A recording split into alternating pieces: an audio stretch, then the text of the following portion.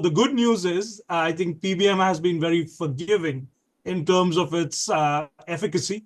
And I think the general consensus in the field is between 40 to 60 to 70% almost, depending on the application. We can actually get to that effective dose very easily and with different devices with different formats. However, I think the Sorry, precision. one quick question, Dr. Arany. You said something about 40 to 60%. Is that referring to the percentage of experts in the field as far as the consensus? That is the success rate. Hey, this is Ari. Welcome back to the Energy Blueprint podcast. With me today for part two is Dr. Praveen Arany, who is one of the world's top experts on the subject of photobiomodulation. That is more commonly known as red and near-infrared light therapy. And photobiomodulation basically literally means how light affects your biology. And typically when people use that term, they're referring to red and near-infrared, though sometimes it can be more broadly applied to other types of light and how they affect our biology as well. In this episode, we're continuing the nitty-gritty scientific discussion of red and near-infrared light therapy. Following up on the previous episode, I would strongly recommend that you watch that episode before this one if you're interested in exploring this topic. And I'm going to give a similar warning as I gave on that episode, which is, this is very detailed stuff. This is not a simple user guide. Hey, red and near-infrared light therapy have XYZ benefit. Here are the best devices to get. Here's exactly how to use it. This is a much, much more detailed and nuanced and complex and probably for many of you overwhelming discussion of in this particular episode, especially focusing on the dosing, which I would say, based on how Dr. Arany presents it, is extremely complex and nuanced, and he's also presenting a whole new framework for that was a recently developed framework among photobiomodulation researchers for how they are going to better quantify different doses. And he's also going to get into systemic versus local effects, which is also another controversial issue, and a few other great topics. So if you're interested in going even deeper into the nitty-gritty, detailed, complex, overwhelming, nuanced science of photobiomodulation, this is the podcast for you, and I hope you enjoy it and get some value from it. One last thing I want to say here is Dr. Arany runs a lab at the University of Buffalo that does research on photobiomodulation, and he's asked me to share with you a link where you can donate to his research, to his lab, for them to have the funding to continue to do this research and conduct experiments in this field. So I highly recommend that you do that. I think that would be a wonderful service to humanity. I also want to say, just to clarify, that I have no personal relationship, no financial interest in this. I make no money off of your donations to the lab. This is purely about you giving charitable donations to fund important scientific research. I believe that it's also a tax write-off for US citizens, or maybe people more broadly outside in other areas of the world as well. Don't know how all of that aspect of things works, but I've personally given a large donation to the lab, and I hope that you all will do the same. So if you're watching this on YouTube, you can go to the description below this video and get the direct link to the University of Buffalo website where you can donate to Dr. Arany's photobiomodulation lab. So with no further ado, enjoy this nitty-gritty science podcast on photobiomodulation with Dr. Arany. Dr. Arany, welcome back to the show. Thank you so much for joining me. Thank you for having me again, Ari. Great to be here. So we have a lot to talk about still. We've talked a lot about mechanisms so far. We've gone very deep on that.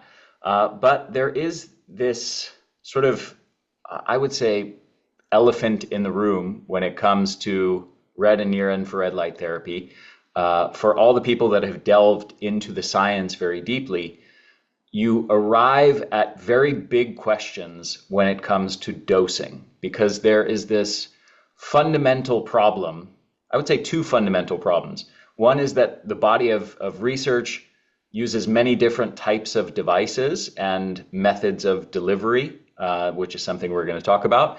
And I'd say even more glaringly is you have this issue of radically and related issue, radically different doses delivered to the tissue. And many of these studies show benefits with radically different doses and sort of all over the map with the types of devices used, with lasers applying light to, a few specific points, all the way to huge full body devices or tanning bed style setups with red and near infrared lights that are irradiating the entire body all at once, and we're receiving orders of magnitude different amounts of dose. And so I've talked to a number of experts, I've read the literature, a lot of the literature myself, and I found that opinions on this are varied. So I'm very excited to dig into this with you. Before we get into specifics, is there any sort of broad, like how would you describe the sort of broad issue with dosing when it comes to photobiomodulation? So thank you for that question, Ari. I think that's one of the major points of contention, and I think of them as an opportunity to move the field forward, right? So you've mentioned already that there is so much discrepancy and not discrepancy, I think the effectiveness of various treatments in different formats, which could be a single small point spot size to a very large array, to LEDs versus lasers, to different wavelengths of light, right? There are so many of these parameters which are different, but still seem to have a clinically therapeutic benefit. So the good news is, I think PBM has been very forgiving in terms of its efficacy. And I think the general consensus in the field is between 40 to 60 to 70% almost, depending on the application. We can actually get to that effective dose very easily and with different devices with different formats. However, I think the Sorry, precision. one quick question, Dr. Arany. You said something about 40 to 60%. Is that referring to the percentage of experts in the field as far as the consensus? That is the success rate, right? So depending on the application, from diseases like concussion and PTSD to wounds, where we have some of the best data, or supportive cancer care, such as mucositis, I think that number goes higher and higher because people have been using more rigor in terms of documenting where and how PBM has been working, right? So those have been, I think, areas where we are more confident that, within that range of parameters, which is how the World Association of Photobiomodulation actually has put out guidelines. It is not a single protocol. It's a range of parameters where we know that this treatment is effective, which includes different wavelengths or different colors of light, a range of energy that can be delivered in different footprints, like a single source that you're doing multiple, spot treatments, or like stamping, they call it the stamping technique, or some of them use a scanning technique, versus, very large arrays, which are basically the same energy, but it's in a static format and it's given concurrently, right? So I think we realize in the field, as you're pointing out rightly, that both these formats, all of these formats actually work, but there must be a median point at which all of these should converge logically, right? And that's where, I don't know if you're already familiar with this, but we've been thinking after we did the comprehensive review, and not us alone, but I think a global group of experts looked at the supportive cancer care evidence. And they found that, PBM works with different colors, different doses, different formats, LEDs and lasers. We were trying to come to a foundational concept that integrates a lot of this stuff. And that's where the concept of photon fluence and Einstein came about. So if you'd like, I can elaborate a little bit more about that. Yeah. So photon fluence, now conventional PBM dosimetry is irradiance into time, right? which is milliwatts per centimeter square into seconds of treatment or minutes of treatment. The product of these two results in joules per centimeter square, which is, for all practical purpose, the dose that we care about so much. We know that within the irradiance and time, there is some reciprocity, and work from Dr. Hamblin, Dr. Anders, Jan Bjordell, and many of the pioneers of these fields have shown that there is always some extent of reciprocity between the irradiance and time, right? Which is the power density and time.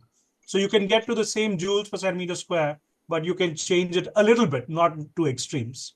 Now, after looking at all the literature that I just told you about in support of cancer care, it looks like we must also address the color of wavelength of light. And therefore, we have started to plug in the photon energy and have started noticing an improvement of our results. What I mean by that is a blue photon is like a watermelon, right? It's a very, very energetic photon, a single blue photon, while a red photon is like a grapefruit or an orange, right? So it's smaller than a watermelon, but it still has a lot more energy than, let's say, a 1064 or a 980 or a 940 photon, which is like a grape, right? It's like a really small photon energy. But we know that right now we do 3 joules per centimeter square or 6 joules, depending on whose protocol you're following. And we don't really pay attention to which wavelength, right? And we still see effects. Now, if we were able to add this photon energy and account for the difference, we start seeing an improvement in the consistency of the clinical results. And this Explain concept, what you mean by that. it's more easily visualized. What I mean by that is basically adjusting for a large photon energy like a blue versus infrared, which is really, really small, by compensating the irradiance or time, which is more effective. We can see that the same joules will actually make more sense. So you're adjusting the dose down for a more energetic photon and the dose up for more getting into the infrared range. As long as you don't cross the thermal threshold, that's the caveat. Okay. So we know with the infrared you can easily heat tissues, and that is not what we want to do in PBM. So as long as you pay attention to that, this compensation seems to help a lot, and that is the concept of photon fluence. However, if we start talking photon fluence, we'll all have different numbers because we all like different wavelengths, right? And this is particularly relevant when you're talking about very well established PBM centers like Brazil or Paris, Europe, Asia, some places in Asia, or the US, right? So all of us seem to have access and preference for a particular wavelength because we have more experience. So the photon fluence, unfortunately, would have become confusing. And therefore, to harmonize all of us and speak in the same language, we have decided to, as a field, agreed to use 3 joules per centimeter square at 810, which is 4.5 photon joules or photon fluence, as 1 Einstein. So Wow. that number helps us talk in the same language no matter where we are. When did this agreement happen? So this is how the Vault guidelines for supportive cancer care is published. So we had consensus among those experts because they reviewed the literature. And then we have agreed that this would be the most appropriate way to represent it.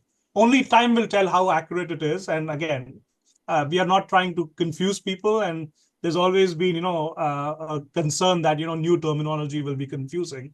Yeah. However, if it moves us in the direction of harmonization, I think it will be a big win for the field. And we're already seeing a major difference, both in lab research as well as clinical studies. And meaning the major difference that they're seeing is they're refining their doses to be more precise for a given wavelength and therefore dosing more accurately and getting a better result.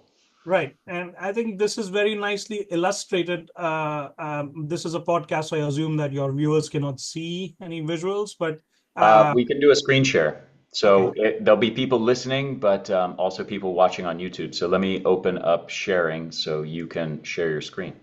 Yeah, that would be ideal because I can show you what that means, in terms of calculations. Go ahead and you should be able to share your screen now. Just give me 1 second. I will pull up the slide. So the idea there is that the same 3 joules, right now you will see most of our conventional protocols don't talk about wavelength. They just talk about the dose, which is joules per centimeter square. And that we find is not adequate information for people to do reproducible, consistent treatment. So let me just show you this further with so much new evidence coming in. Dr. So, Arany, I don't want to throw like a monkey wrench oh, into this, but I feel like this is also further going to be complicated by the issue of penetration, given that blue light does not penetrate deeply and 1064 or A10 do penetrate very deeply. And so you're saying that with those, in the near infrared or mid infrared range, that it's not enough of a dose, but if we're looking at a particular depth of tissue, actually the only wavelengths that would even be delivered to that tissue at a particular depth below the superficial tissues would be the 810 and the 1064. and that is an excellent point, Ari. So what we are doing currently is using colors, or people who are doing PBM are using the wavelengths as a mean to deliver different tissue depths, because as you pointed out, the visible light will be attenuated right at the surface, while the infrared will go deeper. And that's what's shown pictorially here, right? So you have the superficial, this should be a little bit more superficial, but this is more deeper. But what people are doing now is combining 2 wavelengths so they can treat larger volumes of tissue. The future of PBM is definitely multi-wavelength light, and people are combining wavelength, visible and near infrared, to try and treat larger volumes of tissue. Currently, we only say 3 joules, and we don't truly differentiate between the depth of the tissue and the volume of the tissue, right? We just say 3 joules at 660 and 3 joules at 810. What this new paradigm allows us to do is add those 2 energies so we can truly precisely point out how much energy is superficial in both the wavelengths and how much energy is actually going deeper, right? And this is what radiation oncologists do when they are talking about dosimetry to hit a tumor which is deep-seated. They don't hit it with a single beam. They actually use many, many, many fractionated beams and try to address. We talked a little bit about this last time. You can get to a deeper tissue by using multiple beams, right? And that is what most people are trying to do when they're combining wavelength. However, they have not accounted for that energy that is actually common in the superficial layers from both wavelengths. With this new concept, you basically account for individual photon energy, and when you add those two, you get the cumulative energy. Wow. Okay, I'm overflowing with questions here. I almost don't even know where to go, but I feel like there's many layers that we have to explore to get into this. One thing that I want to say is I feel like this is a big breakthrough for researchers and for the field as a whole, but I feel like it's also something that is going to overwhelm and sort of profoundly complicate the practical side from consumers' perspectives. Well, I have this device, I've got this LED panel, now I have no idea what the proper dosing is, right? So I hope by the end of this section, you can actually, we thought of that, and we have given a cheat sheet, if you will, to try and convert these doses a little more precisely. Let me come to Perfect. that. So this is your conventional dosing, right? Fluence is irradiance into time. However, if you start adding the photon energy, which is, let's say, blue, red, and infrared, you very quickly see that the 3 joules at the different wavelength actually are different photon fluence values, right? Because you added different amounts of electron volts for each different type of photon. So this is how we are doing current treatments in PBM. And even a lay person can tell you that 8.1 is very different than 4.9. It's almost half that, right? It's actually less than half that. So this is why we are not seeing consistency between protocols, because people are doing different things, and some people see better results, some people don't see results. And again, with the caveat that PBM works in a very broad range, but has not been very consistent, because we have not been paying attention to this. So all we need to do, as I pointed out in the earlier part of this talk, is basically divide this number by 4.5, the photon fluence by 4.5, And now we are talking in the same language. Everybody is an Einstein, irrespective of which wavelength you're using and the energy that you're actually depositing. So all of us will be talking in the same language. And as you pointed out, this is a lot of math for a clinician and a biologist. So we made this cheat sheet, which basically talks about, we know that the photon has a very, very complex energy transfer process once it's inside the tissue. So we are recommending, and everyone practically can do this, is measure or calculate the amount of energy on the surface, irrespective of the wavelength, which is called the tissue surface irradiance. And then you plug that number into this to get the photon fluence, and then you get the Einstein. And if you're using more than one wavelength, you will get multiple photon fluence, which you basically add together, and you will get a cumulative number. If you don't want to bother about all of this, which I think is more research, as you're correctly pointing out, you can look at this adjustment number here simply. So if you have a dosage at 810, you need to do this percentage less treatment, either in terms of irradiance or in terms of time. And we find time is an easier constant to adjust. So if you're using a red, you need 30% less. If you're using blue, you need 80% less. And we know that this concept works because we have done all these research studies to actually do all permutation combinations. Okay. Now, more layers that we need to go through. One of the biggest ones, and I want to throw another monkey wrench into this, is what if you go back to actually the chart that you just showed there. So it's saying, you know, we're standardizing for 810 nanometers. That's where the sort of standard dose is that we're targeting. And then we're creating adjustments from there, depending on whether you're using less nanometers, you're using, let's say, in the 600s, or you're using in the higher 800s or 1060 or something like that. We're adjusting the dose to account for that in either direction, either higher or lower. However, all of that presumes that there is some kind of a standard dose that is agreed upon that we're targeting. And in my experience, I'm sure you must have an answer to this. You'll be the first that I would encounter, but the dosing from the actual studies is all over the map. There doesn't appear to be a consensus. I mean, what you're implying suggests that there is, but I have not seen any sort of consensus among the actual research, in the actual research of, okay, at 810 nanometers, these are clearly the proper dosing parameters.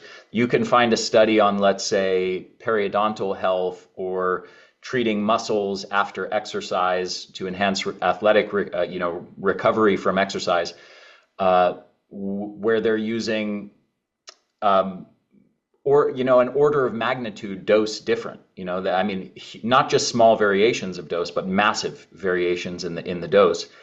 I've spoken to Michael Hamblin about this issue, and he is pretty loose with his ideas around dosing, and he's sort of the opinion that it's really hard to overdo the dose, and sort of more is better, generally speaking. He's not, and this is getting into another issue that it sounds like you must have a different opinion on, which is the biphasic dose response issue.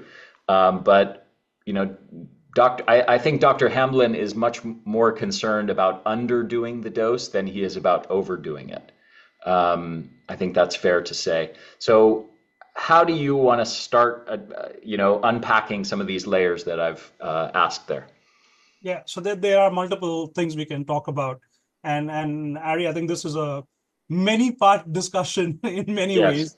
But let's try to keep it succinct in terms of the specific points you made. So first one, why do we have a different dose for different treatments is simply because the target is different. And when I say target, I mean at the macroscopic level, we are talking about different cell types, right? And one quick example, if I may show you. So I think, I train partly with Dr. Hamblin, so with all due respect, right, I will disagree on the overdosing versus the underdosing aspect. But Here's some experimental value that you can actually see. Can you see my slide?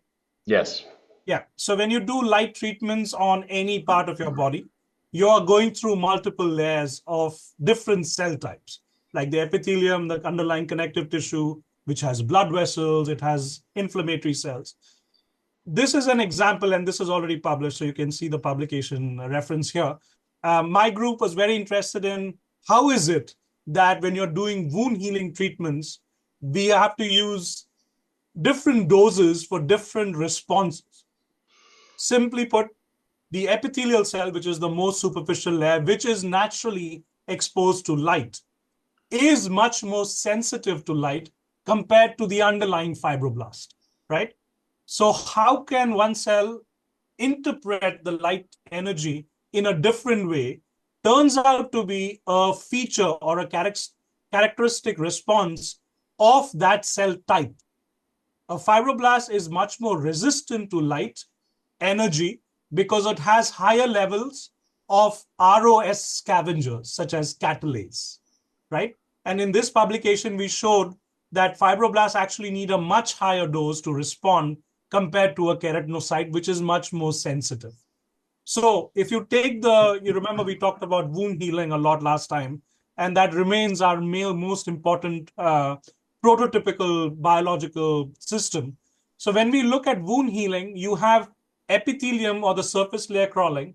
You have the underlying connective tissue that has to form, which has blood vessels and inflammation. And we ask the question, do we need different doses at different points in that healing response? And surely enough, as you can suspect, we need a higher dose for the fibroblasts to make collagen and induce that closure of the wound compared to a lower dose for the epithelium to crawl over it. So this is a simple example in a single disease, if you will, or a process where you need different doses for different cell types. Now, if you make this even more complicated and say, let's do diabetic wounds, let's do infected wounds, let's do pressure wounds, then we are realizing that we need different doses even within that spectrum. If you extend this to a larger part and say, wound in the mouth versus wound in your feet versus wound inside your abdomen, again, it is very logical that these cells are exposed to different kinds of light, right? Very little in the abdomen compared to on the skin, very much more on the face and your limbs than your, abdomen or back or your neck, right? So all of these are playing very important roles in precisely defining the right therapeutic dose. And we are capable of that kind of precision. So one of the good news is in the field of PBM is that we are getting to that level of precision. But unfortunately, the bad news is that we've been using a single dose and trying to fit all the responses within that. You can also ask that question, if wound healing has so many different doses, Parkinson's, Alzheimer's, tendonitis obviously will have very, very different doses. So this is the first part, hopefully, that points out that we should be exploring different doses for different applications. And we are getting there in many, many areas, at least on the research front. I think it'll take more time for the clinicians to catch up, clinical research to catch up. The other part is the Arndt-Schulz curve, but I'll let you weigh in on this one before we move on to that. Yeah, I'm overflowing with questions here. So the way you're speaking about this implies that there are very precise doses, and I certainly don't want to put words in your mouth because I don't think this is what you mean, but it almost implies that getting the dose right is so important that the difference between this dose and this other dose that's pretty similar, let's say it's within 30% plus or minus 30% of this optimal dose, is a bad dose or is going to be ineffective or is going to be harmful. But I think that can't be true, given that the body of research uses so many different doses with different devices, and yet they're all showing, not all, but a large majority of studies on a given benefit. Let's say, use the example of muscle recovery after exercise, different devices applied in different ways with radically different doses still show a positive effect. Right. And that's a great segue into the Arndt-Schulz curve, right? So the Arndt-Schulz curve, for the listeners who are not familiar with the concept, is the effect where you see a stimulation or inhibition that is therapeutic in the beginning, but if you continue to dose, you start seeing the opposite response, and you start seeing loss of therapeutic benefit, right? So that is the classic Arndt-Schulz curve that people describe. And here's an example of many precise biochemical and molecular assays that we do, where it is easier to define and visualize what that Arndt-Schulz curve looks like, right? You'll see a lot of clinical evidence where there is a precise amount of stimulation, and then after some time, you can see that it actually starts inhibiting it, right? Dr. Arany, let me just interrupt briefly to explain to listeners. So this is referring to, it's sometimes referred to a biphasic dose response curve. It's also the Arndt-Schulz curve, named after the researchers who sort of, I don't know if they discovered it or they were the main ones putting this idea forth.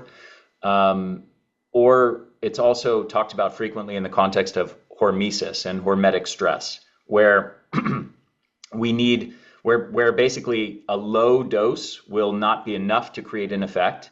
You need to have a significant enough dose to create the effect, but if you keep going and you overdo it from there, you will actually inhibit the effect, you'll cancel it out, or maybe even create a negative effect. And lots of different things carry, or this principle applies to many different things, like exercise, for example. There is, if you do a very small dose, you probably won't get much benefit. You got to be in the right range of dosing to get that effect. If you massively overdo that, exercise becomes mostly harmful. So just for listeners, I wanted to give them some context to understand what you're talking about here. Perfect. And that's a good segue. Again, that's a good continuation of our discussion about too little or too much dosing. Too little dosing, I think, is very intuitive for all the listeners, that if you don't put enough energy, light energy into the system, you will not see a response. However, when you reach that precise therapeutic threshold, right, which is usually this part of the curve, if you're looking at that graphs here, you know that you're going to get an optimal response. Now, the optimal response can be either inhibitory or stimulatory, right? It can be either reducing pain or inflammation or stimulating healing. However, when you further increase the dose, you start negating those benefits. It does not reverse the effect, but it actually causes the loss of that effect. Now, you can imagine that as soon as you start seeing a therapeutic benefit, all the way till you start losing all your benefits is a very large range. And that is the other reason that photobiomodulation has been persistent and has been around since the 60s, is because people have seen the benefit, everything, like we said, between 40 to 60%, all the way up to 80%, depending on the application and the expertise of the operator, the clinician who's giving the dose. So just for listeners, I want to translate this. Any different type of stressor potentially has a range where it's beneficial. And we can conceptualize that as sort of a broad range where, pretty different doses can still be beneficial, or a very narrow range, a very tight range where, you're going to if you slightly overdo the dose, you're going to very easily go into the territory where it becomes harmful. So there's animal experiments, for example, involving radioactive materials or even exposure to heavy metals like mercury or arsenic, where they can show a beneficial effect on lifespan, for example, in flies or maybe in rodents or something like that. But if you happen to slightly overdo that dose, you're going to very easily enter the territory where those things become much more harmful than they are beneficial.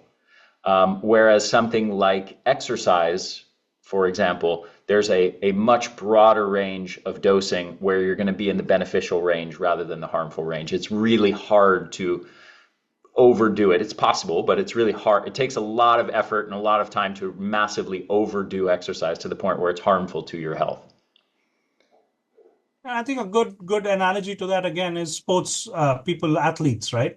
Hmm. So they are actually really, really, really good at what they do in the activity that they do, but they can get hurt if they overdo it, right? So which is why a rest phase is usually an inherent part of their training. It is not an option to rest between tournament days and your activities.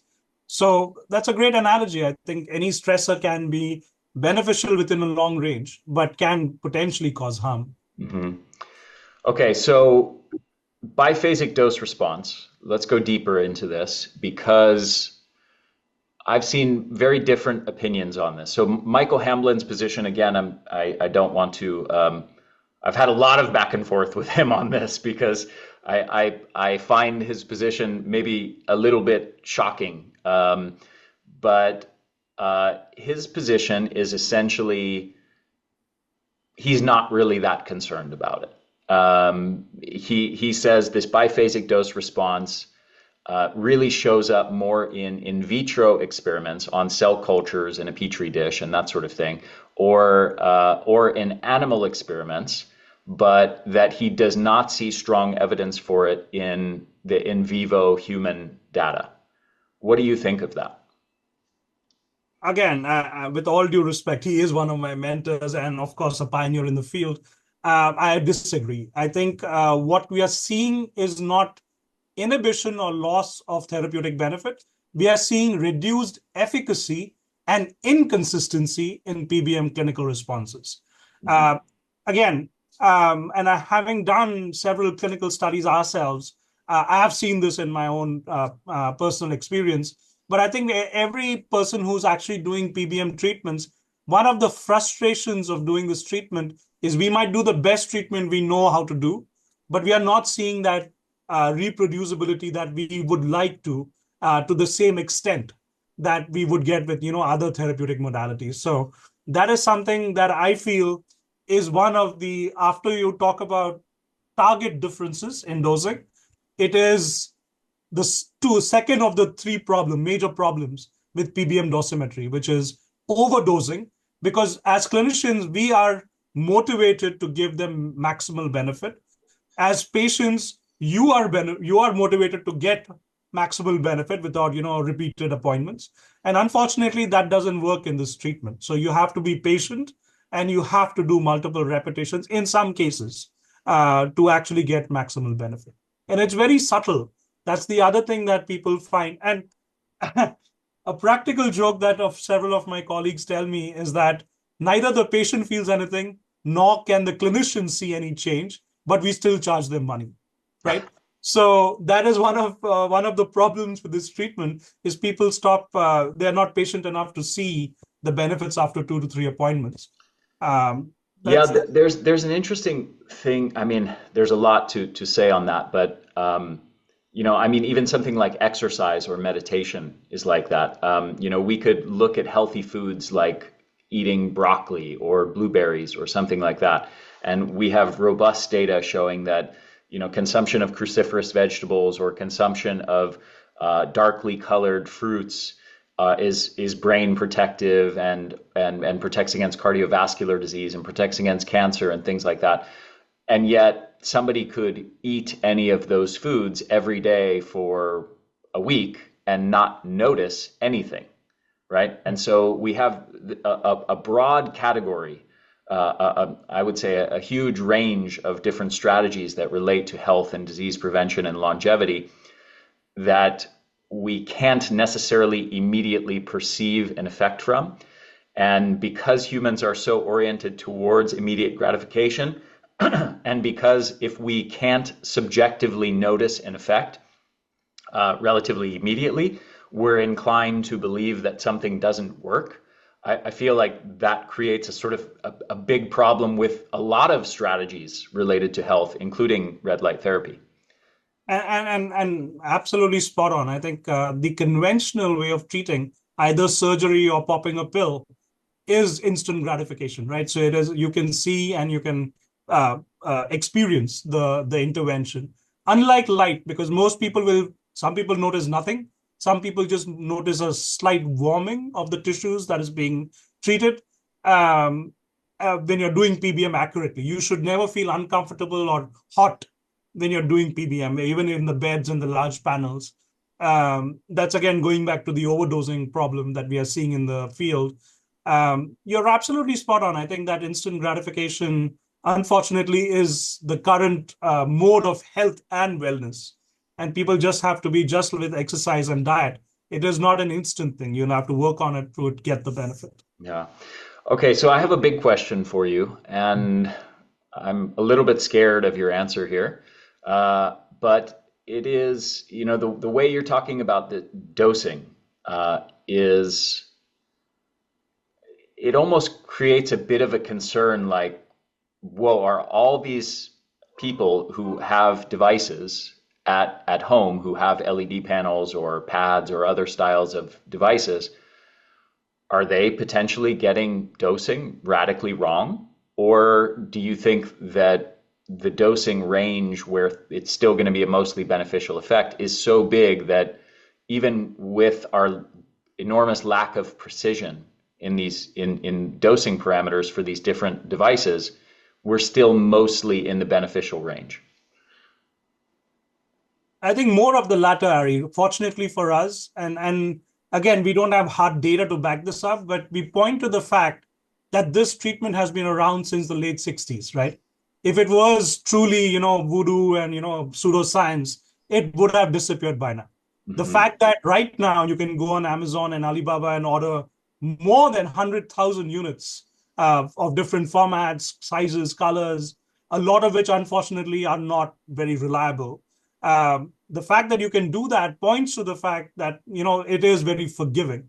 The dose range, as Dr. Hamblin also correctly points out, is very, very forgiving. Okay, that's good news. So do you have any guidance for people, let's say, who have LED panels at home? Let's say they're a mix of wavelengths in the 600s and the 800s. What do you think is a range of optimal dosing? And let's say the irradiance. I have a lot of third-party lab data on some of these devices, so I know the true numbers, not the ones that the companies give on their websites, which are very inaccurate, as I'm sure you know. But let's say we're in the 60s or 70s as far as irradiance, milliwatts per square centimeter. What is the time of what does treatment time typically look like? And I don't know if you want to differentiate between superficial treatments like for skin anti-aging effects or wound healing in superficial tissues versus trying to treat deeper tissues.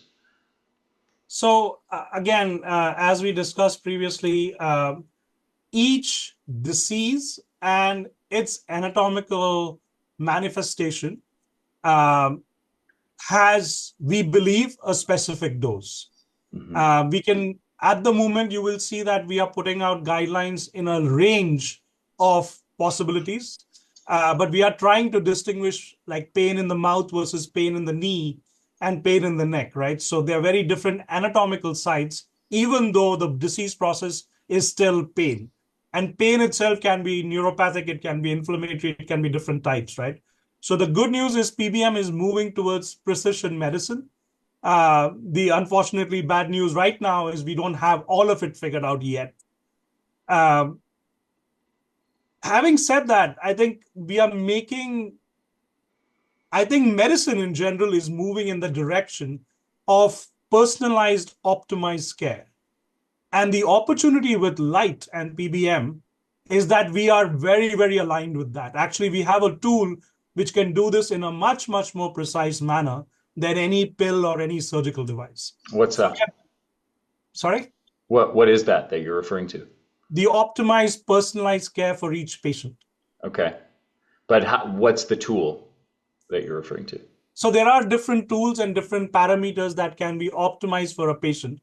Let's go back to the example of pain, right? So pain in your mouth versus pain in your neck versus pain in your foot has to be treated within the range of the pain PBM protocol, but has to be tweaked depending on what you're trying to treat and what area you're trying to treat. Which is the third point. I told you that there are three dosing aspects that we are very, very passionate about and inquisitive about. One is obviously the photon energy and the target, which we talked about in detail, from where the photon fluence and the Einstein came about. The second one, again, very relevantly, is the over-treating on the Arn-Schulz curve, which we have noticed is the reason for inconsistency, because you're neutralizing your benefit. The third one, which I think we kind of touched on before and even are talking today, is the format of treatment, right? If you have a fixed format, which is like a panel or a beam, which is fixed, it makes life easier in terms of research because we can tell you the precise dose. But and every practitioner that I've worked with knows, we don't do that. We actually use scanning motions and scanner motions and stuff. So, and there are several groups that are looking at very sophisticated robotics to try and do this in a very precise manner. And so are we in our research group. So the delivery of that dose is a huge new variable space that people are trying to optimize. And that, I think, is the third wheel that will actually make dosing very, very, very precise, optimized and personalized. Can I sort of play devil's advocate and push back a little bit on the paradigm that you're presenting around dosing? Um, I'm imagining someone making similar arguments when it comes to exercising in a gym. And I have no doubt that you could, let's say if you took 100 random people and you did testing on them, and their responses to a given amount of exercise, a given intensity of exercise, and so on, you would find very significant differences in those individuals' responses to a given type of exercise or to a given dose of a workout, a 30-minute workout at X intensity. For some people, it would be way too much. For some people, it would be just fine. For other people, it would be very easy because they're actually much fitter than that, and so on. Even going down to the nuance of a single exercise, let's say doing a body weight squat all the way down. Some people, their joints are not even mobile enough to get in that position, or they don't have the strength to do a single body weight squat. For another person who is used to squatting 300 or 400 pounds, a body weight squat is nothing, right? So we could find lots of individual differences in that. And out of that, we could then say, well, we're identifying the precise dose, and it's very important that everybody gets their precise dose to get the benefit. And to an extent, that's certainly true. And yet, at the same time, if we're trying to sort of educate the masses on the importance of doing exercise, we wouldn't want to overwhelm them by making them think that, getting the absolute most precise dose when you go to the gym and do exercise is important. It's the make or break factor, the difference between getting any benefit or no benefit at all. And unless you get that, the exact precise benefit and the exact types of exercise and the exact intensity that you need, you need to avoid exercise because it's very important to know all those details. I would definitely argue in favor of hey, we need to not overwhelm people with all those details. We need to have the message of using exercise and then experimenting and finding the dosing range that works for you and the type of workouts that work for you, depending on where you're at. You get what I'm arguing here? I get it, and I've actually spoken to many sports medicine specialists. I actually work with several of them who have made that argument. So my response to that, and I put some thought into this, so you will see that. Let's take that example of the squats, right? So ideally, we would be thinking about larger weights and longer repetitions, right? That would be ideal in terms of building body mass and building resilience in the client, if you will. If we focus only on the weights and the repetitions, it is going to be very different, as you're correctly pointing out, for a small build person versus a large build person, males versus females, different racial differences, right? So we are not ever going to optimize it by focusing on the weights and the repetitions. However, if we start measuring the change that a single rep or a single amount of weight does on the patient, on the client in this case, we have something to measure the response, right? So let's take and I'm saying this because we are doing this with another collaborator here. You Even measure, without even measuring the response, in the case of exercise, you can ask somebody to pick up a given weight, and you're going to see immediately whether they're strong enough to do it or not. right. But if you can measure a change that is induced in the person, Uh-huh. then you can tune the prescription Right. and give them an exercise prescription. Okay. And given the technology and the advances we are making, measuring heart rate 24/7 now is not trivial. It's not difficult. It's actually pretty trivial, right? So the group that I actually work with uses heart rate variability. Another group that I work with uses blood pressure and respiratory rate. Simple physiological measures, not nothing sophisticated like EEG and You're electromechanics. saying they use those metrics to determine the physiological response to photobiomodulation? Not yet photobiomodulation, but Okay. they're using it to like for a treadmill test or for Okay. weight squats, like you're measuring, right? So Right. they have them do an activity which they're comfortable doing and trained to do, and then they measure these simple physiological variables. Right. And then they can actually write a prescription based on some change in the person. Hmm.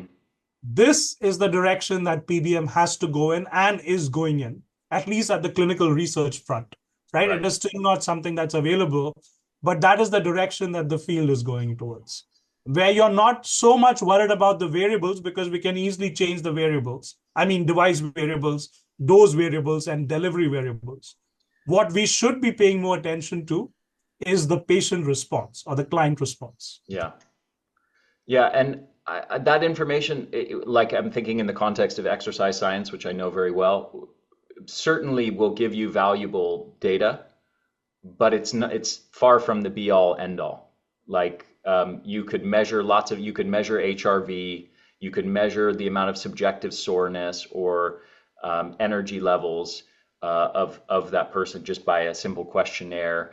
You could measure heart rate, you could measure blood markers, and actually all of those have fairly limited ability to really accurately predict um, whether or not somebody should do another workout. I mean, they have some predictive ability. They do give us some indication, but they're far from perfect indicators of, like I mean, the way that an exercise scientist would train an athlete involves some degree of tracking sort of this, these metrics and modifying training accordingly. Okay, you're clearly very fatigued today. Your HRV is lower. We're going to do a lighter day today in terms of the intensity.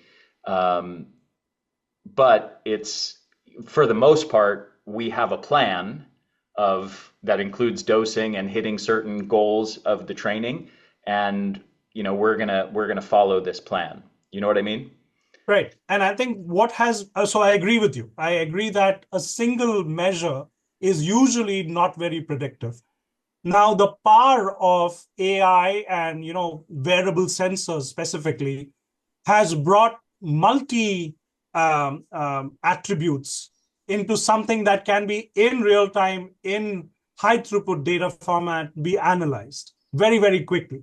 And Hmm. that, I think, is where the field is going. It's never going to be a single measure, but a composite of multiple measures, which will actually feed into and a predictable or what's changing in a predictable manner. So that is something that we feel, and we have lots of research evidence that this is what will actually move the field forward. It is you can tune many variables and delivery systems, curved panels, beds, uh, multifractionated beams. You can do all of that stuff. But what are you trying to change if you're not measuring the host? Then we are not completing that picture. Okay.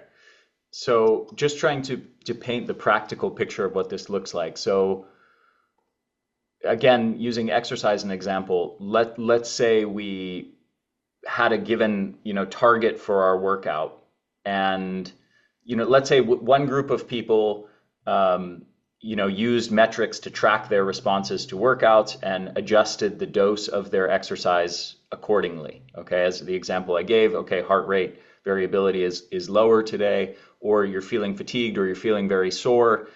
Let's do a lighter day, as opposed to, let's adjust the dose of this planned workout down by, or the dose or intensity down by 20 or 30 or 40 or 50% compared to what's planned.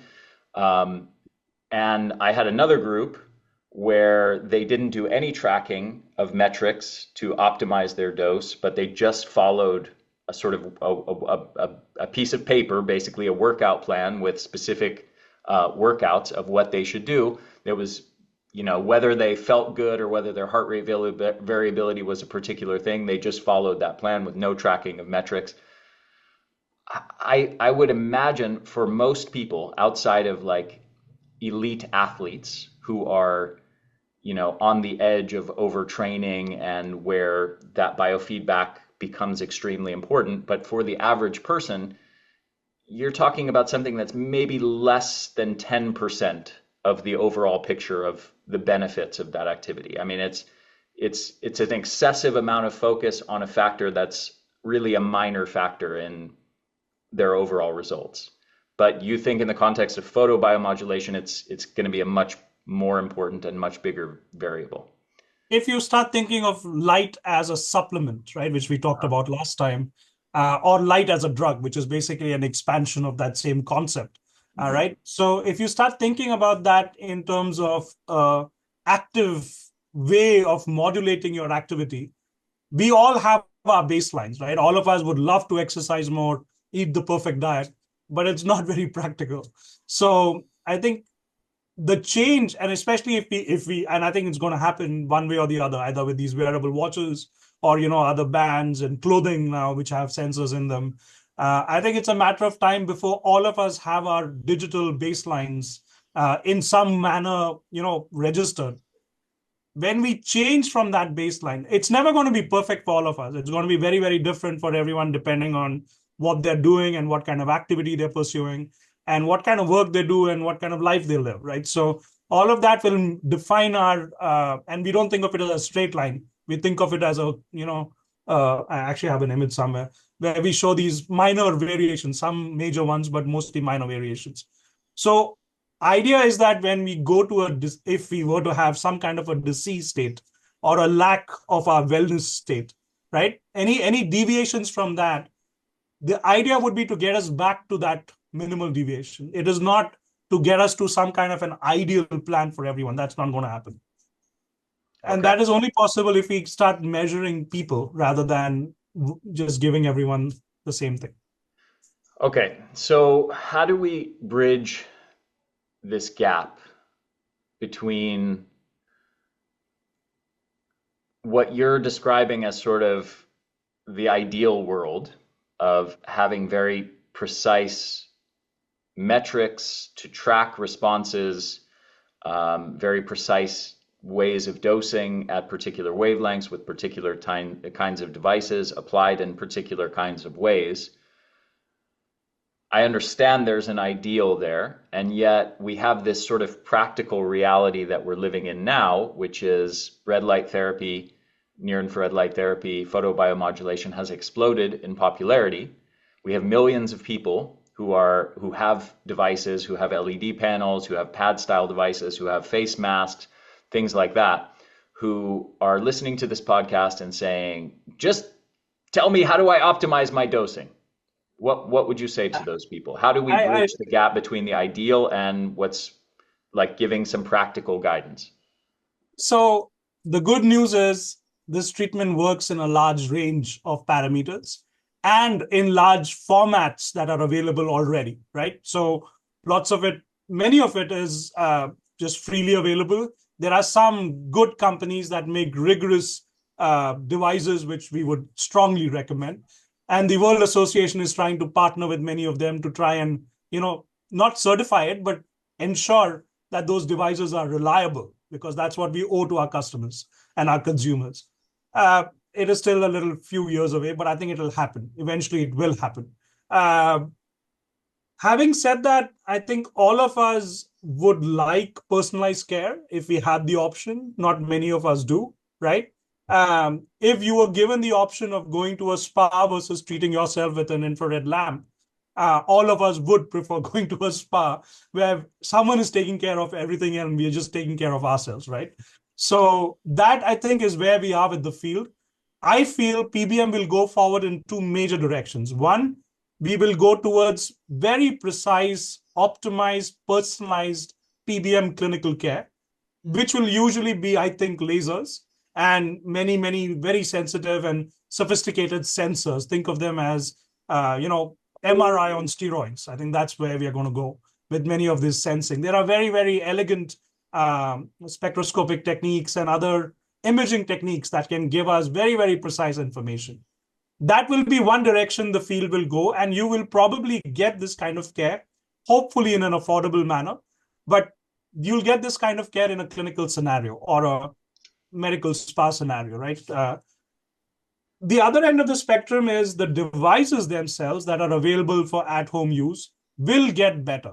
The simplest way I think they'll get better is they will actually deliver the specifications, like you're pointing out. Not all of them are actually delivering the specifications they are sold with. So the simplest thing is when people, and I don't think manufacturers are bad guys, they just don't know, right? So they just make a red color without paying attention to 630 versus 660 versus whatever in between. So if they are told like this is the ideal one, I think they'll make it. That's not a difficult information to get. Right now, as you pointed out, it's everywhere. The numbers are everywhere. Everything from irradiance to CW versus pulsed to the actual color. Red is a spectrum of colors. So even one wavelength, we have no consistency. So I think at-home use devices will get better and more consistent. But they will not replace, I think, clinical treatments. I think this is two separate worlds. And connected part of that is who's going to give these treatments, right? If it is safe and easy enough to use at home, it should be everybody in the clinic. However, if you start thinking about the most sophisticated lasers and those systems, I think those would be largely relegated to trained personnel, clinical personnel, not necessarily a physician. It could be a physician assistant. It could be a special technician, just like they have radiation technicians who do the actual radiation treatments. Is there any sort of piece of advice or guidelines that you would offer to people with some of these home devices? Let's say they have an LED panel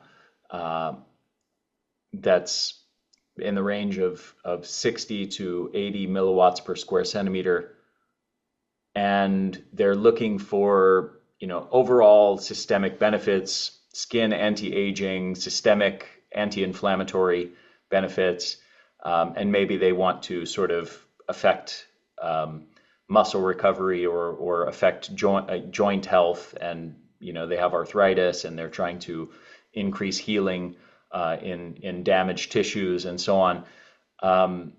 What do you think, extrapolating, I know that you have a lot of resistance to this, but going away from, the realm of extraordinarily precise dosing for all kinds of specific purposes, if we're speaking to the average consumer who has one of these devices at home, what guidelines, practical guidelines would you offer them? So use the device in a safe manner, which is it doesn't make you uncomfortable either through heating or through, very bright light in your eyes. Use the device in a safe manner is my simplest recommendation. Hopefully you're buying it from a reliable manufacturer. A lot of us, when we go online shopping, are looking for the best deal. Unfortunately, that doesn't always get you the best device. So, and one good way of looking for that is if you see published scientific papers with the device, it usually will show you that they are reliable enough for that kind of work, right? So many companies will post publications and scientific papers, but they are just randomly in the field for red light or infrared light, not with their own device. So I would say for a discerning customer to look for devices that have been used in clinical research studies, not just the color or generic wavelength, but their specific device. So that would be my recommendation to your customers who are using it already. Mhm. To choose a reliable device and don't just go by papers published in that field that they put on their website. Have they used that device in a study would be very, very helpful. Mhm. One other way of looking for a reliable manufacturer is to see who participates in the field, right? So if you were you at the London meeting at I wasn't, no, but I saw some of the presentations from it. right. So a meeting like that where we know that, PBM experts are going to be there. Dr. Hamlin was there, Dr. Anders was there, Dr. Biodel, pretty much who's who was there in the PBM field. So meetings like that where people who are publishing well in that field, you can see who participates, right? And a lot of companies, this time we had a bonus crop of exhibitors. And some of the best companies that we are familiar with were there. Some of the companies were not, but most of the companies that we are familiar with actually turned up. And Mhm. that's another good sign, right? They are not afraid of showing their devices and getting feedback from the experts in the field. So that would be a good place to start looking who exhibits at our main meetings, main photobiomodulation meetings. Do you have any major concerns where there's a specific area where you feel people at home with some of these devices are using them are commonly using them in a way that you believe is dangerous or harmful or is not beneficial? So I'm not a big fan of lasers for home use. I feel that that technology has a lower threshold of safety and a higher threshold for damage, however you think about that. Yeah. So even though I believe there are several laser diode devices available, I'm not a big fan of them being at home used.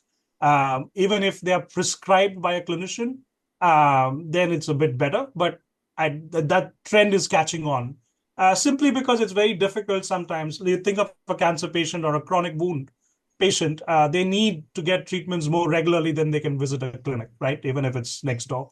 So there are places where I think those devices are helpful, but on a large basis, prefer LED that are home use compared to a laser. Um, Do you have any reservations about LED panels, the large panels? I feel a lot of them are unfortunately overdosing or are being used inappropriately where it's causing overdosing. I In what know some way? of my friends who have borrowed my light panels and they are like two helps piece or 10 should be better, but that's not the way this treatment works. Say that again.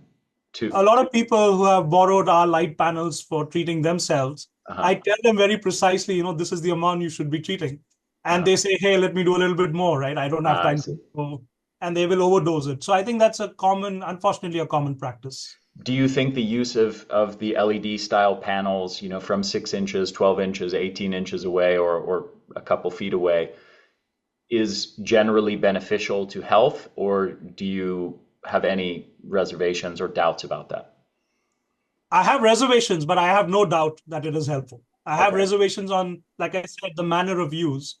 I've used one. I have two panels sitting right next to my desk, and I Mhm. used them throughout COVID. And partly because of that, and partly because we are so isolated, I think I didn't get COVID. But I think the light definitely helped.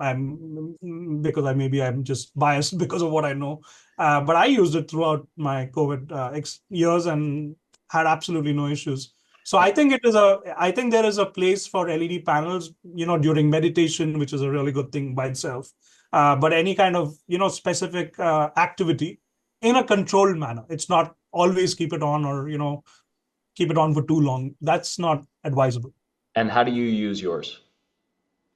I follow the prescription and prescription in the sense the presets that are available. But then I have learned that with experience using it many, many times, I have learned that, how much dose is right for me. Obviously, I have a darker skin, right? So clearly, I am more efficient at absorbing this light than, a paler Caucasian person, right? A simple thing like that has helped me dose better. And we have seen this in mice as well. So we have done some very careful measurements. And we have seen that, the target is as important as your device parameters. Okay. So you're somewhere roughly 10, 20-minute treatment, somewhere in there? Actually, less. We don't usually go that long. I think the manufacturers prescribe that number. And again, depending on your, whether you're a big person, small person, there are some very interesting differences between males and females that's coming out. I think it's still a little premature to comment specifically about that, but we are seeing differences. Okay.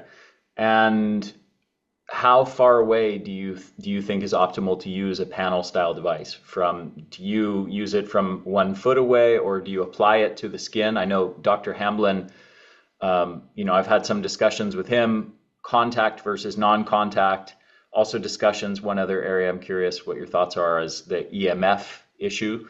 But how do you like to use your panels? So ideally, we would use it in contact, but having said that, because we can very precisely define the dose, so it's easy to do calculations and stuff. The more studies we do, especially clinical research studies that we do, we have started to realize that is not very practical, right? So if you're thinking about, like we did a concussion study, and people have different kinds of hairstyles and stuff. So it's not very practical to actually place that probe in contact precisely in the same manner we did in the previous session. In the session you can be precise, but when they come back for the next section, you're not going to be exactly that precise. Mm-hmm. So we find that it's much easier to be in non-contact, and the loss that people are worried about in terms of reflection or whatever distance that you're accounting for is very minimal. You can easily account for that by increasing the amount or time, which seems to help a lot. So I'm leaning towards, I'm open to both, and I think the contact is more precise, but I'm leaning towards a non-contact.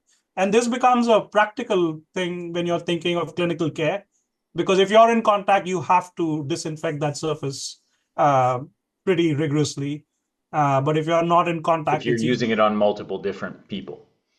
I mean, a clinician would, right? So a clinician Right. obviously will go through many, many different treatments. And I think that's one of the problems with the bed. It's not the treatment itself, but I think people are spending a lot of time actually cleaning the bed between patients. Right. So if we had, and again, I'm sure you've seen this already, but we have been a big proponent of half a bed, right? So you just wheel that. Half a bed.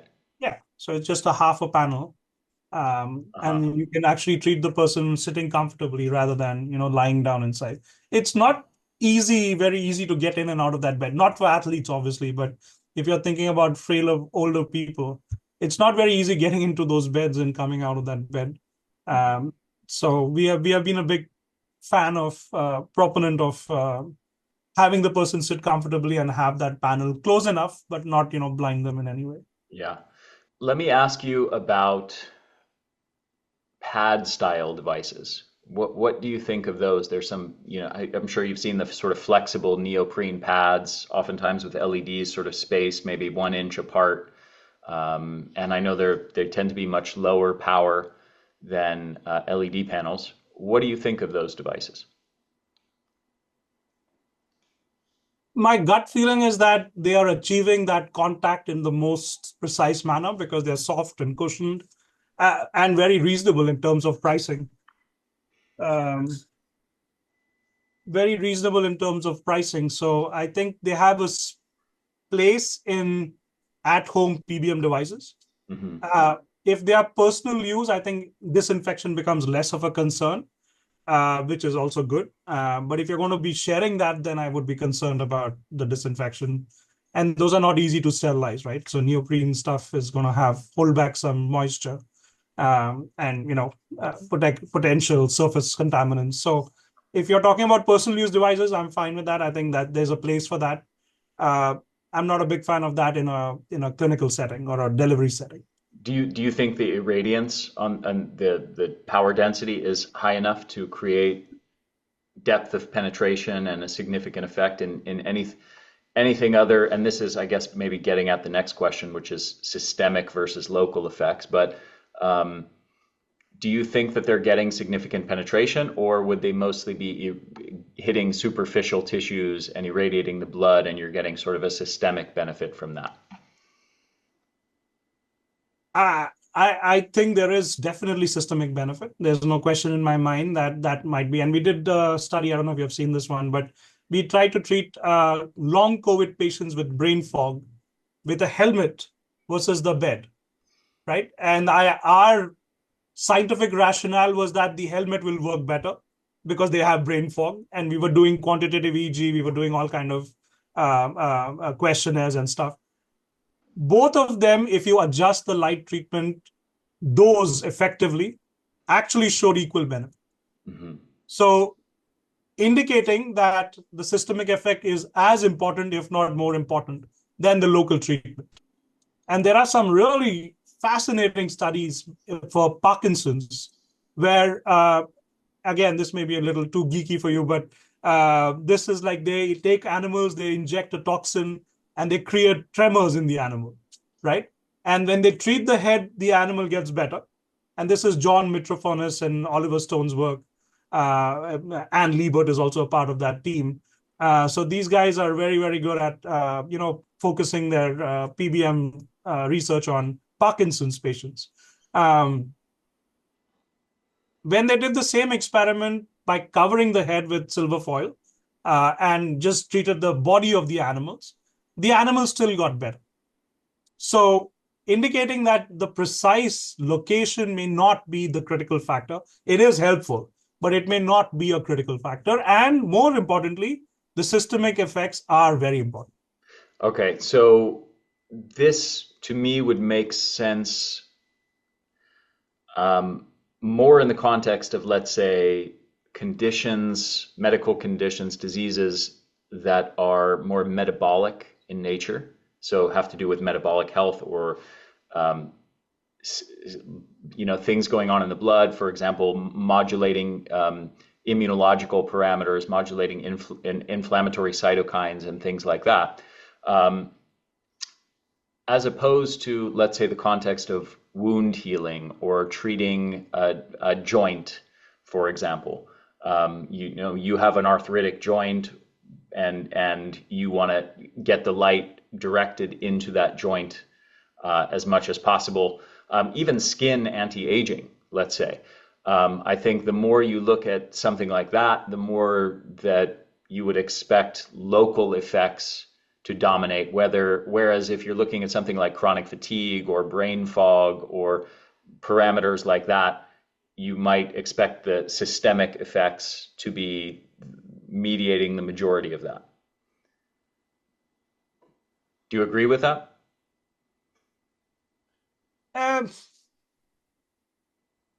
I feel there's a lot of context-dependent responses that I don't think we can capture in a single statement like that. But again, just not to confuse the audience, I think there is a place for generic PBM treatments for wellness, specifically. Skin tone, again, we can talk about, specific dermatological problems, acne and, wrinkles versus just improving skin tone, right? So hydration of the skin, right? That could be the simplest measure. So I don't know if we can actually capture the entire thing in a large, broad statement like that.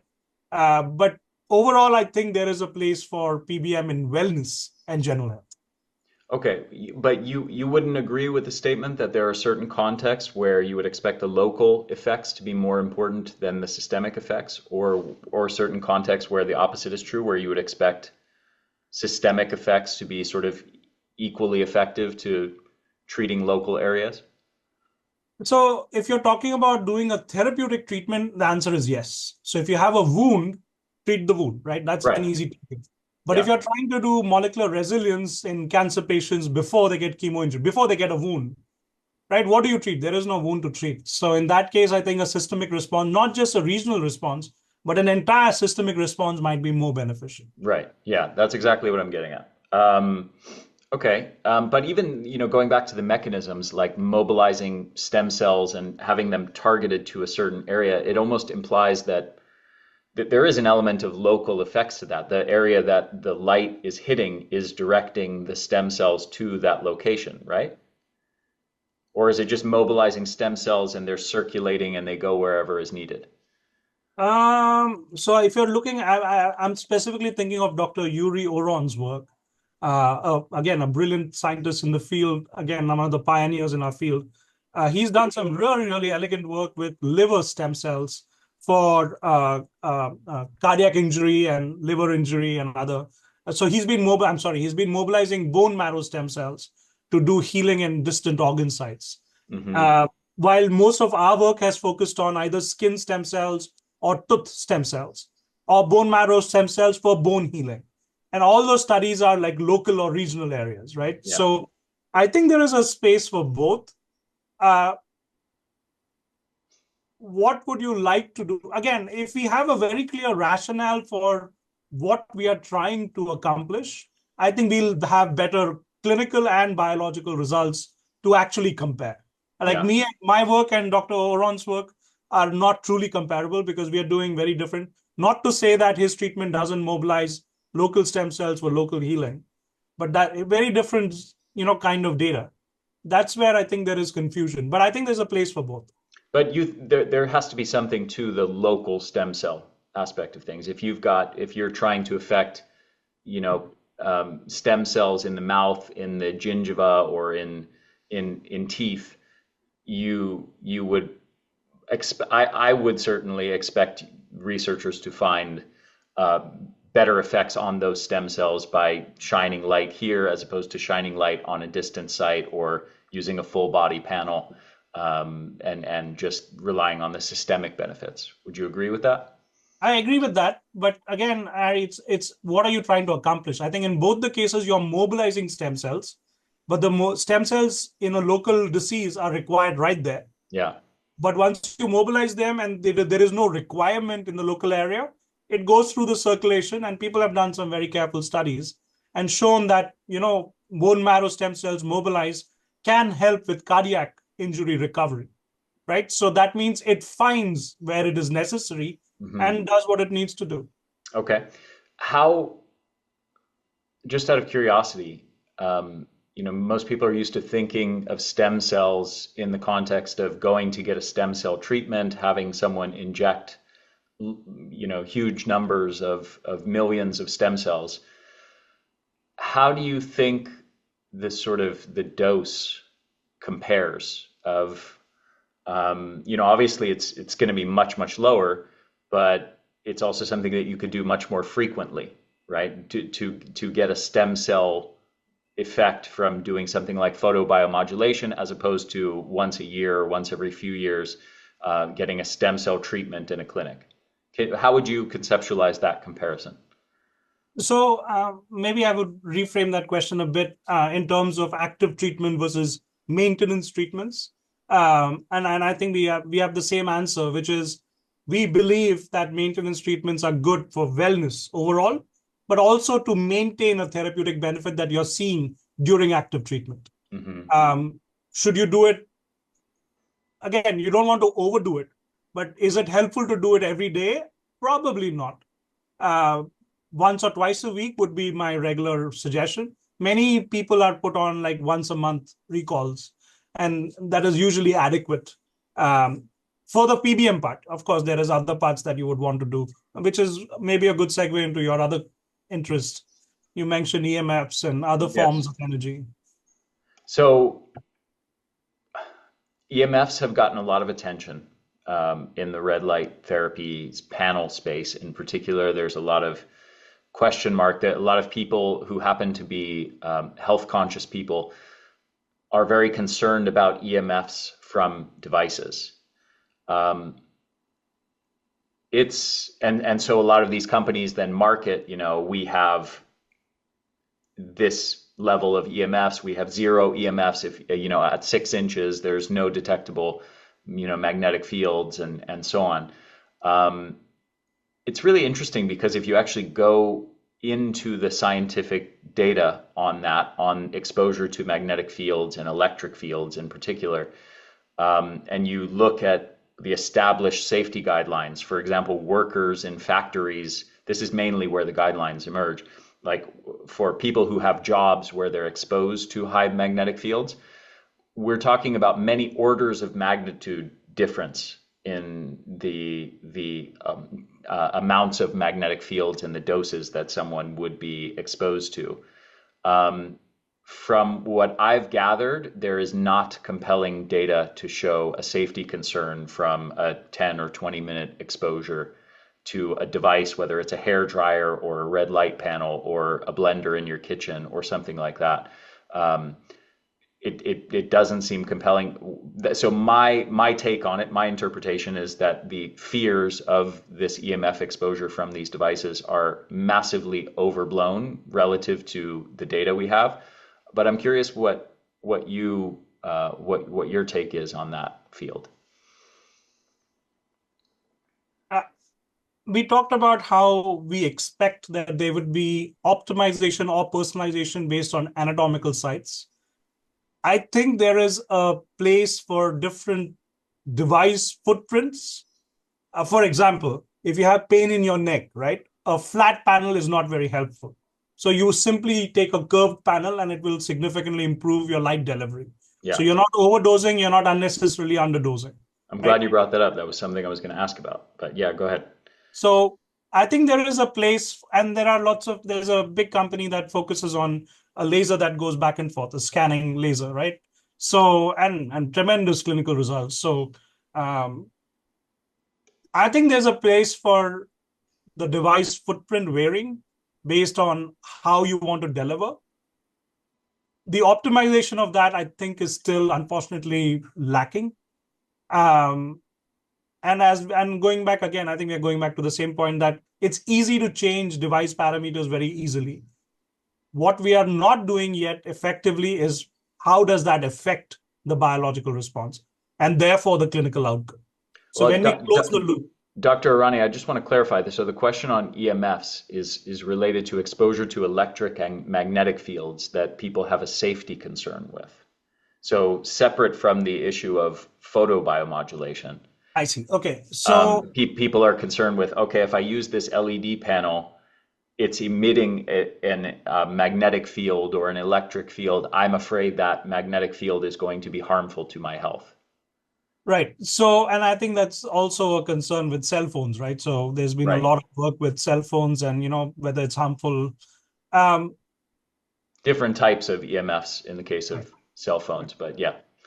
So my lab does a lot of research in the broad field of directed energies, right? You're using energy in a directed manner.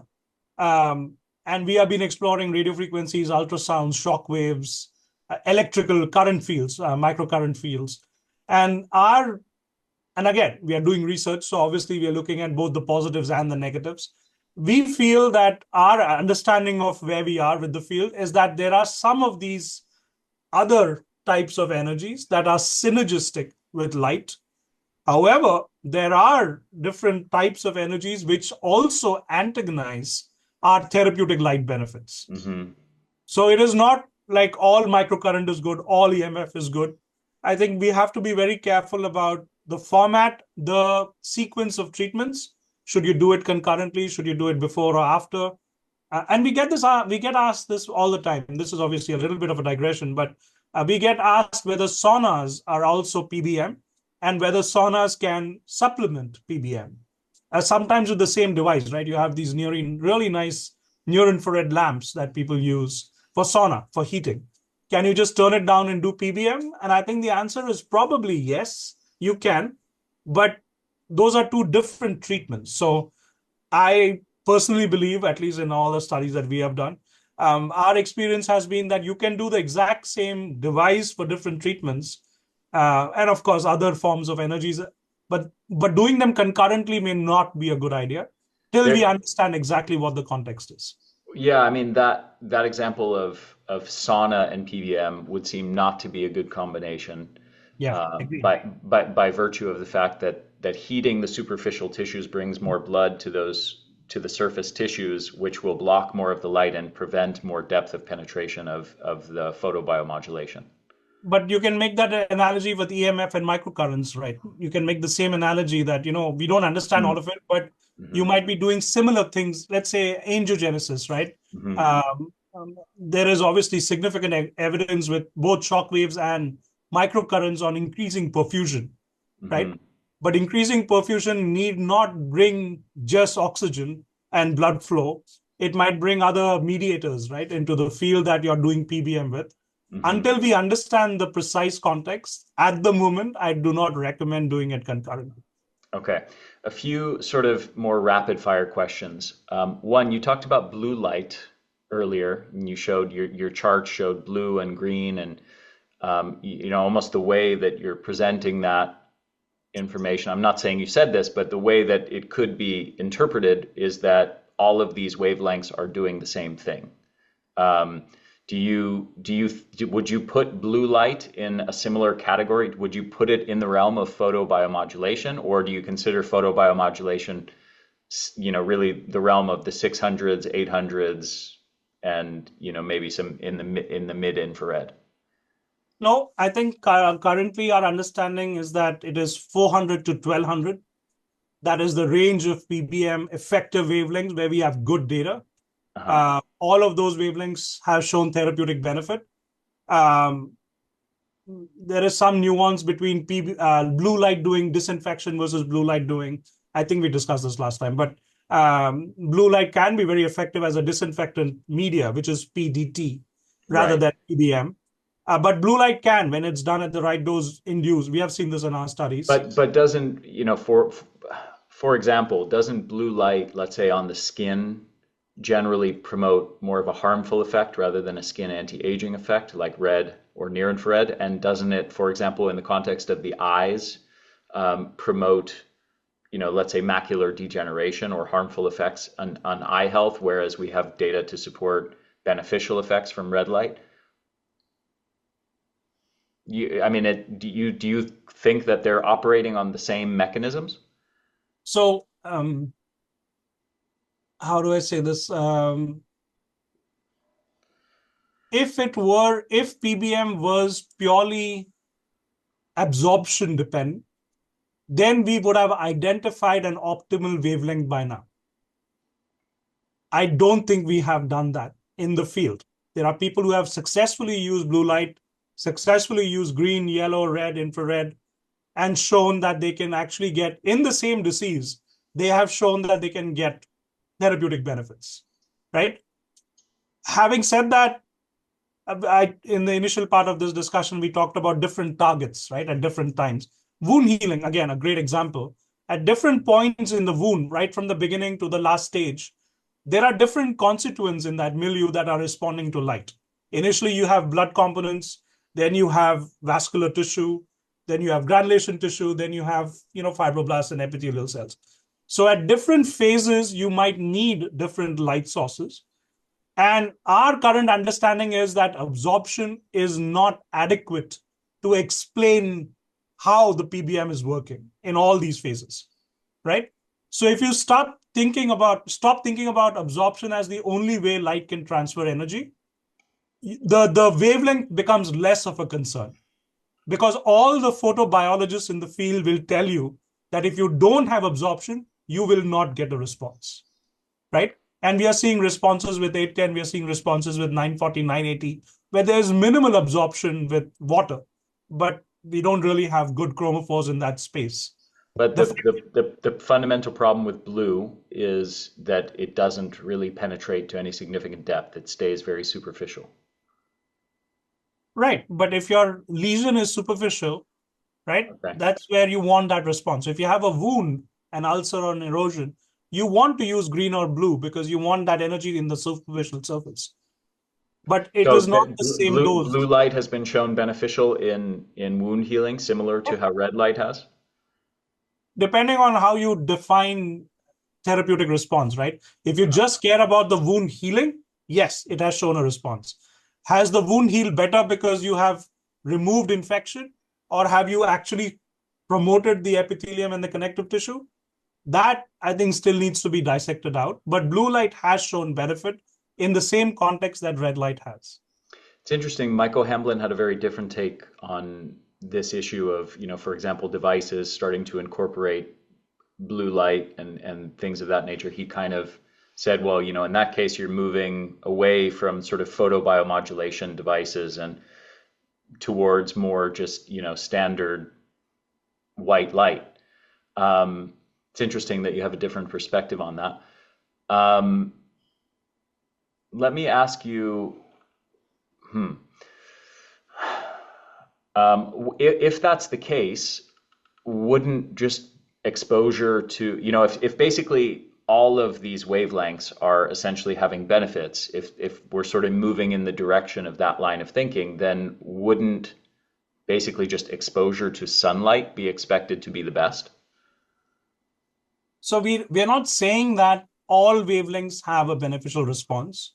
We are saying that a particular wavelength at a particular time has a beneficial response. Mm, There's a bit of a nuance in how you interpret that all wavelengths work. Does not mean all wavelengths should be used concurrently. sure. The sunlight question is fascinating. We get this asked all the time that, if PBM is all about light, why don't we get the most benefit when we go out in the sunlight? And I think we touched about it again a little bit last time. Sunlight is great for you for many reasons. However, the amount of individual wavelengths are not the same. And there is a potential for the wavelengths to interfere with each other in terms of the best response.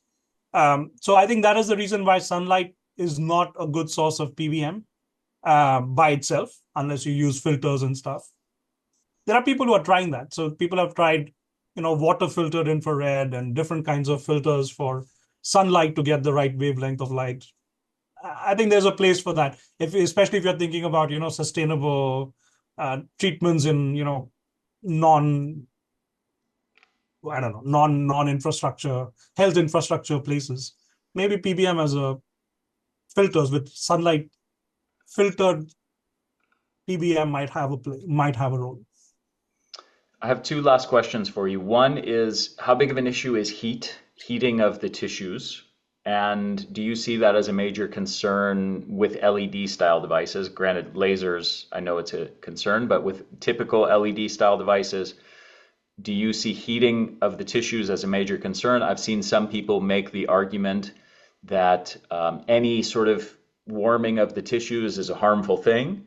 And I've also seen people, for example, Dr. Hamblin has said, no, it's not an issue. It's normal for there to be a warming of those tissues, and that's not in any way harmful. It doesn't mean that you're negating the benefits of photobiomodulation. And the people who are arguing that heating the tissues is in any way, to any degree, is harmful are just misinformed. What's your take on that?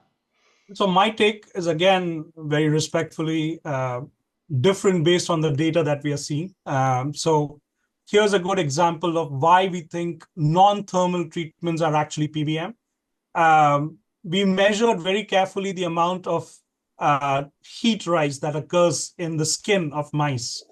And we correlated that with appearance of histological, cytological damage, right?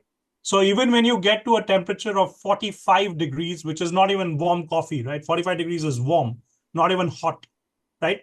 You start seeing cellular damage. You start seeing molecular damage. At that temperature, you're also inactivating a lot of the ROS scavengers. These are normal enzymes that are present in the tissues to prevent redox from damaging your cells and tissues. So at 42 to 45 degrees, you start inactivating the ROS scavengers, and therefore you start seeing the steep rise in the molecular damage that is occurring in the tissues. Warmth is great for you, and I think anyone who's been in a sauna will tell you that same thing. Sunlight, is great. You feel very nice when you go out.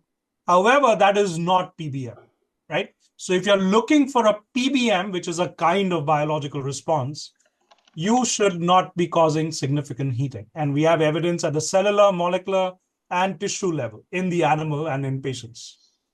Okay, so the temperature that you just gave the example of was 45 degrees Celsius, right? Right. Okay, so 45 degrees Celsius in Fahrenheit is 113 degrees. In the context of even going into a sauna, skin temperatures would reach maybe like 105 degrees. So it would be quite significantly below that range. Good point. So, I have no doubt that you can heat tissues enough to create negative effects where you heat them so much you start to get protein degradation and overt signs of harm. But the question is, and this also relates to the biphasic dose response sort of thing, that the same sort of curve that we see there.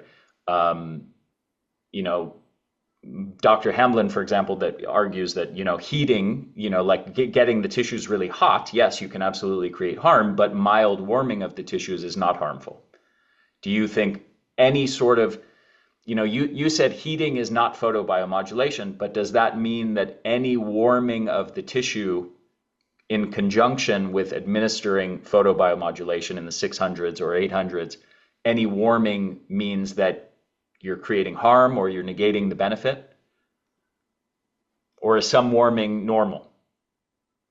I personally believe that anything above 45 is negating its benefit. I think that we always talk about a range. So I think it's 42 to 45 to be precise on the surface, which means that inner temperature, depending on your wavelength, can be higher or lower depending on which wavelength you're using. So I think there is no place for tissue heating in PBM. There is a separate field called hypothermia, which actually does heating, controlled heating as a therapeutic benefit. And I think saunas fall within that hypothermia concept. But just to clarify, there is some heating, some bit of heating that occurs with using a LED panel or a pad style device. Do you think that's harmful? If it is above that particular temperature. So your body temperature is 37, 38, right? So Yeah. there is a But range it's that but it's not going to be above 45 degrees. I mean it would take a really powerful device to heat the tissues to that hot. I think if you look at the newer devices and lots of the beds, I think a lot of people actually complain of being very hot inside Really? and uncomfortable. So I don't think it's impossible to get significant heating. Again, depends on your skin type, depends on your body mass, right? How well hydrated you are. There are so many parameters that define, how bad or how good that light is being perceived. Uh-huh. I think it's not difficult to cause heating, even in a PBM device. More so with a laser, less so with an LED, but it's definitely possible, especially with the new high power LEDs. It is not difficult to generate heat, but you're negating your benefits. You're negating the benefits even if it's mild warming that's just feels pleasant, pleasant No, warming of the tissue, no, or no, or only when you get to like really uncomfortably hot. uncomfortably hot. Okay, perfect. If any person is feeling uncomfortable or feeling hot, then there is a problem. If they're Okay. feeling warm, that's a sign that either you back off or you stop treatments. Yeah, Dr. Hamlin would definitely agree with that. Dr. Arany, we both have to go at this point. Thank you so much for this time. I might ask you for another conversation, but first, I want to give you an opportunity to speak to our audience, let them know about the research you're doing in the lab and how they can contribute to it. I think this is a field that has tremendous potential, photobiomodulation. And unfortunately, although a lot of research is being done, it is not being done at the highest level of support because the field as a whole has not been recognized. It is getting there rapidly. It's more, this is one field where the clinical evidence actually has gone way ahead of the research. And surprisingly so, because there are things that no other treatment can benefit that this treatment is being shown either as an adjunctive care or as palliative, right? So it is definitely a mainstream. So we do a lot of research in trying to understand how this treatment works and how we can optimize it. And if you're interested in supporting it, I think Ari will provide a link to the research that can be supported in this field. And we do And both clinical research and basic science research, but with the goal of optimizing treatments for a large range of diseases. and what is the link, or what can people search for to arrive at the place where they can donate to your lab's research? So there is a University at Buffalo giving site. I can send you the link, or I think I Okay. already did. Yeah. We'll Uh, post it. I just want people to know that I have no affiliate link here. I make no money. I have no financial incentive for people to donate to you, and I just want to clarify that. Having said that, I highly encourage everybody listening to Dr. Arany to donate to the lab. He's doing amazing research. He's also been these conversations have been enormously helpful to me personally in updating my own knowledge and the knowledge I'm going to put in the upcoming version of my book, The Ultimate Guide to Red Light Therapy. And I'm going to be making my own personal donation to his lab and the research they're doing as a thank you for that. And I think more broadly, he's making an amazing contribution to this whole field of photobiomodulation. So if you appreciate that, it's a wonderful thing that you can do to donate directly to the researchers so you can help fund further research and expand the knowledge for generations to come. And we'll put the link in the podcast description. For people listening, Dr. Arany, do you have it offhand? Can you say what the link is? Just so for people listening who may not be able to go to click on something. So if you go to UB Giving, you'll come to this page. Mm-hmm. And then you hit Give Online. Okay, so go to University of Buffalo Giving, find your cause, and then at the top right, there's a tab that says, or a button that says Give Online. Click that. And then if you look for search for more, you'll find it here. Search for more.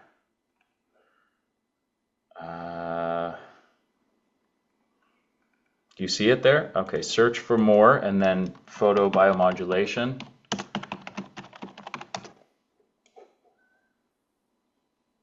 Photobiomodulation Therapy Fund. There we go. Photobiomodulation Therapy Fund. Okay, so the website, if people want to go directly, is ubfoundation.buffalo.edu/giving/index.php. Okay, or you can follow the screen share and the guidance that we just took you through. Go to University of Buffalo Giving, click on that, find your cause, click the button on the top right, Give Online, and then you got to go to the search bar for Photobiomodulation Fund. And I highly encourage all of you to make a donation. Again, it's a wonderful thing that you can do, not only for Dr. Arany and his researchers and the students who work under him, but really for humanity more broadly, to just facilitate more knowledge in this important field. Dr. Arany, thank you so much for your time. It was an absolute pleasure. I'm grateful for all of your astounding knowledge, and I really appreciate you sharing it with me and my audience. Thank you so much for having me, Ari. Enjoyed that conversation.